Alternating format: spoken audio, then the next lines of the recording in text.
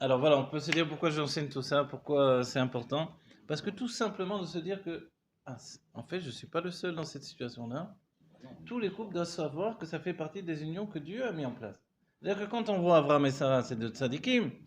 Mais deux tzadikim, c'est qui? Ça a chauffé quand même.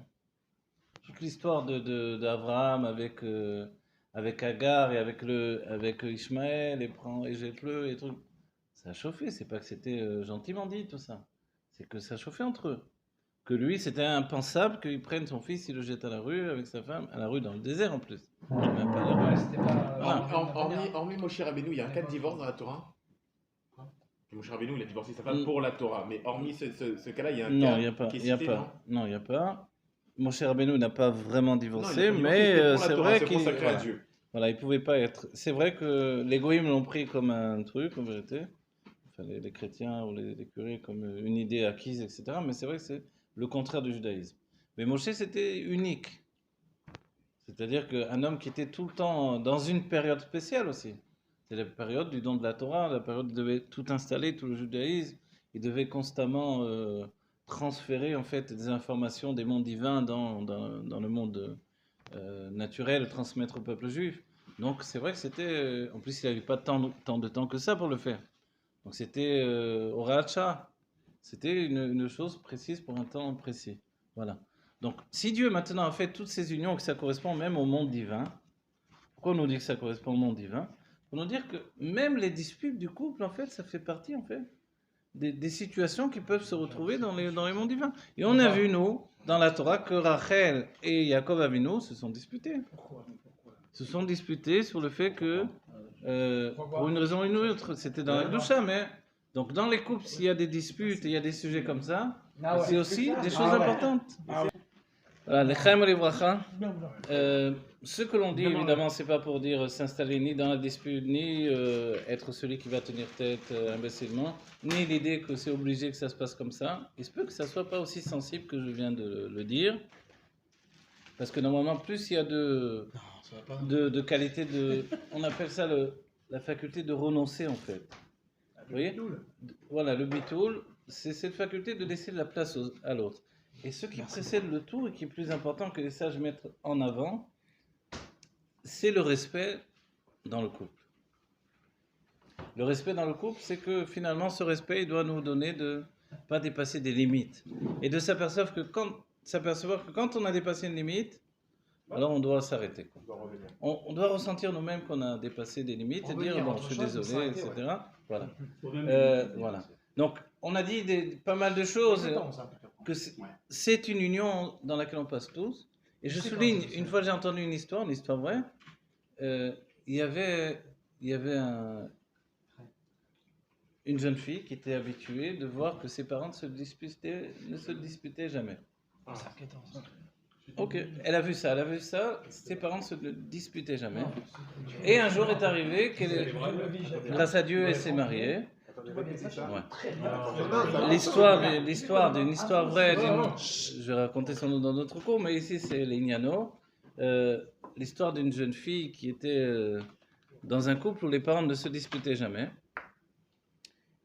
Et le jour où elle s'est mariée, tout allait bien, c'était bien, le mariage a bien commencé. Mais quand ils sont arrivés à cette période-là, et que cette étape-là, la plupart d'entre nous, on la passe, c'est-à-dire que, voilà, ok.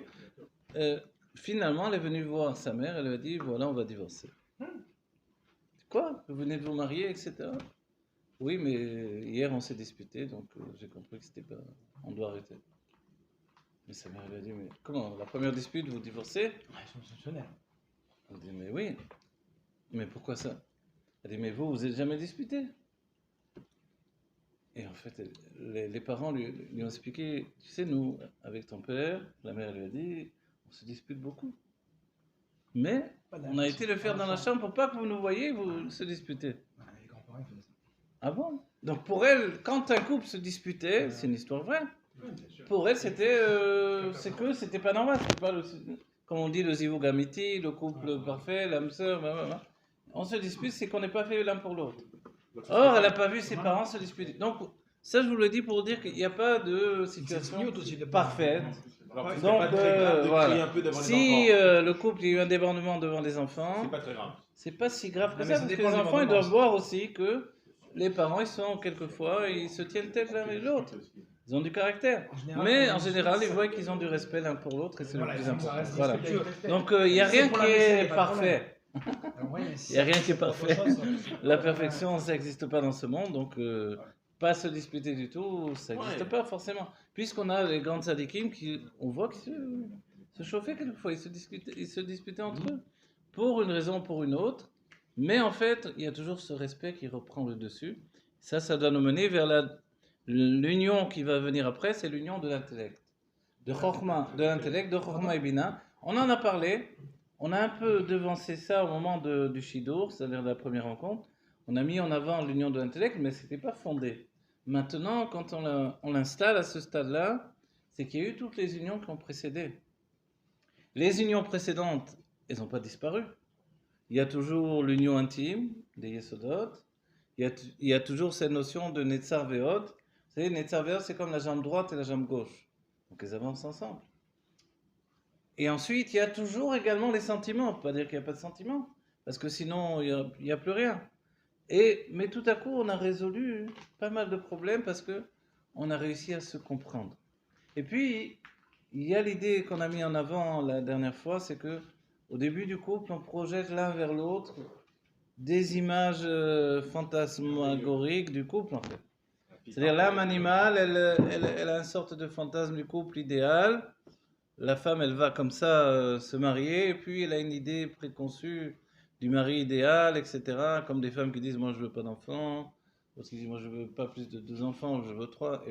Et puis tout se bouscule parce que c'est Dieu qui dirige le monde. Et quand on voit qu'on n'arrive pas à maîtriser les choses et que on voulait dans notre tête, tout est gentil, tout est truc, et puis on épuisait les enfants, ils nous transforment en ogre au lieu d'être... Alors finalement on se dit, mais j'ai tout perdu ou j'ai tout gagné? En fait non, tu as tout gagné, mais c'est pas le conte de fées qu'on t'a raconté, c'est faux. Ou Ça, sinon, c'est un conte de voilà. fées qui se construit. Voilà, c'est un conte de fées dans la réalité. Ouais, Maintenant à toi de faire, à ce stade-là, tu as compris, tu regardes un petit peu en arrière, tu vois ce qui s'est passé, et tu tires des conclusions. Et maintenant on décide, ensemble on a passé tout ça. Ça peut être 2 ans, 3 ans, 4 ans, 10 ans. Ensemble, on a passé tout ça. On ne se rend pas compte, le temps passe tellement vite que 10 ans, c'est rien du tout dans une vie. On se dit, ouais, voilà, c'est d'un Shabbat. Voilà, on est sorti de Shabbat, c'est déjà Shabbat. Et voilà, Yom Khamishi, ici, Shabbat, etc. Donc, en fait, le temps passe tellement vite que arriver à cette union de l'intellect, c'est-à-dire l'union qui tire des conclusions et qui dit, on n'a pas besoin de se battre l'un avec l'autre. Mais ça serait bien. Parce que finalement, on est une famille. On doit avoir du respect les uns pour les autres. Et ensemble, on a passé tellement d'épreuves. Et c'est ça l'intellect. Mais comment le Yetzirah il est aussi fort que ça? Le Yetzirah, parce qu'il se présente toujours sous une nouvelle image. On ne le connaît pas, il se présente sous un aspect nouveau. Donc voilà. Il s'est fait pour le Dalai Lama, celui-là. L'Anne Mourazaken nous a dit quelque chose d'extraordinaire. On a dû l'étudier, mais un peu khafif peut-être. C'est que, vous vous rappelez de la notion de Isha Kenegdo. C'est la base du couple, ok? Une femme contre lui. Alors contre lui, on peut l'entendre contre lui, de se serrer l'un contre l'autre. Mais contre lui, ça veut être contre lui, opposé, ennemi. Alors, comment on l'entend? Donc les sages ont dit, s'il a eu le mérite, elle va être son allié, elle va l'aider, etc. dans la vie. S'il n'a pas eu le mérite, elle va être contre lui, negdo, dans le sens de contre lui vraiment, lui faire des problèmes. Et donc, a priori, ça va se terminer mal, ce couple, etc. El-Mourazaken nous dit, non, en fait, il faut l'entendre différemment. C'est que la Torah nous dit comment la femme, elle est contre toi, dans le sens de avec toi pour t'aider, en étant contre toi. C'est-à-dire que si la femme, elle te dit dans la maison toujours, oui, mon mari, tu as raison, bravo, ce que tu dis, tu es le plus fort, tu es le plus beau, en fait, c'est pas une femme qui va t'aider dans la vie. Parce que, et j'ai entendu de Rav Gizbour, lui, il dit que la femme qui t'attaque jamais, qui est jamais contre toi dans le sens elle n'est pas d'accord avec toi, voilà, mais c'est pour reprendre le terme c'est du positif. Voilà. Alors elle va faire qu'à l'extérieur on va t'attaquer. Ouais, c'est ça. Et quand tu t'attaques à l'intérieur, c'est pourquoi on péché qu'à l'extérieur on t'attaque. C'est-à-dire que le monde, tu n'es pas venu pour faire des pique-niques, tu es venu pour évoluer, pour grandir. Grandir, je ne vais pas te dire, même dans la Torah, on a dit Rabbi Yochanan avec Resh Lakish, pourquoi ça allait bien entre eux, ce zoug-là de Torah? Parce que Resh Lakish n'était jamais d'accord avec Rabbi Yochanan. Rabbi Yochanan disait l'enseignement, il disait, où c'est écrit ça? C'est pas vrai, on n'a pas vu que c'est l'enseignement que tu me dis. Donc en fait, le couple, c'est pas qu'on doit se dire sans arrêt, tu as raison, tu as raison. Oui, non, on peut ne pas être d'accord, mais avec du respect. Quand on perd le respect, alors ça veut dire, mais non, toi tu es une imbécile, ou toi tu es un abruti, tu comprends rien. Ah ouais, ça c'est un manque de Tu respect. comprends. Mais de dire, non, je suis pas d'accord avec toi parce que ça et ça, c'est bon, c'est positif. Puis il n'y a pas d'admiration pour Et quelqu'un ça, qui est on avance soumis. de niveau en niveau, Comme jusqu'à une femme avoir qui est une soumise. accalmie de Ah, cette non, pas tempête qui peut exister à un certain moment. Hein? Il n'y a pas d'admiration pour Toi, quelqu'un ton qui est soumis. caractère à toi. Non, mais dans la Chacun- généralité. chacun, il Tu dit peux moi aussi, pas je suis comme toi. admirer. Je suis comme toi, mais il y en a- Oublie il y en a, le oui. couple. Oublie le Non, couple. mais il y en a, sont Quelqu'un. Voilà, le but c'est d'arriver évidemment à Chorma et Bina, et après Chorma et Bina c'est cette compréhension commune en fait. C'est vrai qu'à ce moment-là, si on étudie, c'est encore mieux parce qu'on a un échange intellectuel. Mais c'est vraiment une maturité dans le couple, et c'est pas obligé d'attendre 30 ans pour arriver là. Ça peut être après 10 ans, après 5 ans. Ça dépend des personnes, ça dépend d'une sorte de renoncement, de bitoul qu'on a l'un aussi par rapport à l'autre, et du respect qu'on a l'un envers l'autre. Mais des fois, on fait pas exprès d'être irrespectueux. C'est parce qu'on est emporté, on est pris par ses sentiments, ces trucs, et jusqu'à apprendre finalement à se limiter, à tenir le chien enragé qui est en nous. Si on voit que l'autre il est irrespectueux, il n'y a pas de raison d'être soi-même. C'est très dur. Donc voilà, si on arrive à mettre en Toujours le place petit ça, mot ouais. qui parle. Ah ouais. Pardon? T'as dit Mais quoi c'est là? vrai que voilà, et la nature d'un homme de déjà se dire non. Ok, après il se D'office. retient, Après, on donc, réfléchit. Après bon, attends, d'accord. C'est mieux de fuir. Voilà. C'est mieux de fuir quand il y a une Non, dispute. Fuir, c'est pas bon non Ça plus. marche ouais. pas. Comme tu as dit, tu C'est pas déplaces bon, le ouais. problème. Non, Ouais. aujourd'hui, Tu pars. je suis plus dans ce. Hein? Non, mais c'est mieux. Aujourd'hui, je suis plus dans ce. Bah oui. Dans la fuite. On se tait. Comment Mais oui, tu parles Ouais, pas. On parlera plus tard. Ouais, c'est ça. Voilà, et Parce que la finalité, on a dit, Chorma et Bina, on a arrivé à une certaine tranquillité. Ouais, chaud. Et puis, Eshet Reï la Teret Baala, c'est le niveau Ouais, supérieur c'est ça. finalement, quand la femme va s'élever au-dessus de son mari. Alors, on comprend bien que le mari n'est pas prêt, les khatrila dans les sentiments, à ce que la femme s'élève au-dessus de son mari. D'accord? Ça veut dire que c'est elle qui devient le mashpia. Mais lui, il reste Baala, il reste son mari. Il reste celui qui, quand même, elle influence pour que lui, il influence. C'est ça qui est extraordinaire.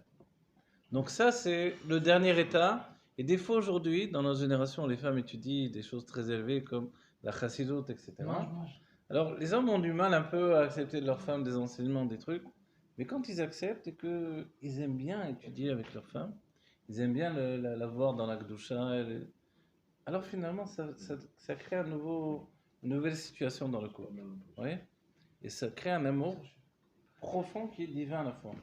Voilà, on se souhaite chacun d'arriver à ce niveau-là, de ne pas se décourager en chemin, de ne pas se dénaturer, de faire du travail, chacun l'un et l'autre, mais avec ce respect qui fait que, voilà, on est tous des enfants d'Akadosh Baruch Hu, donc on doit avoir un grand respect l'un pour l'autre. Voilà, on a dit une tipa bayam, mais c'est important.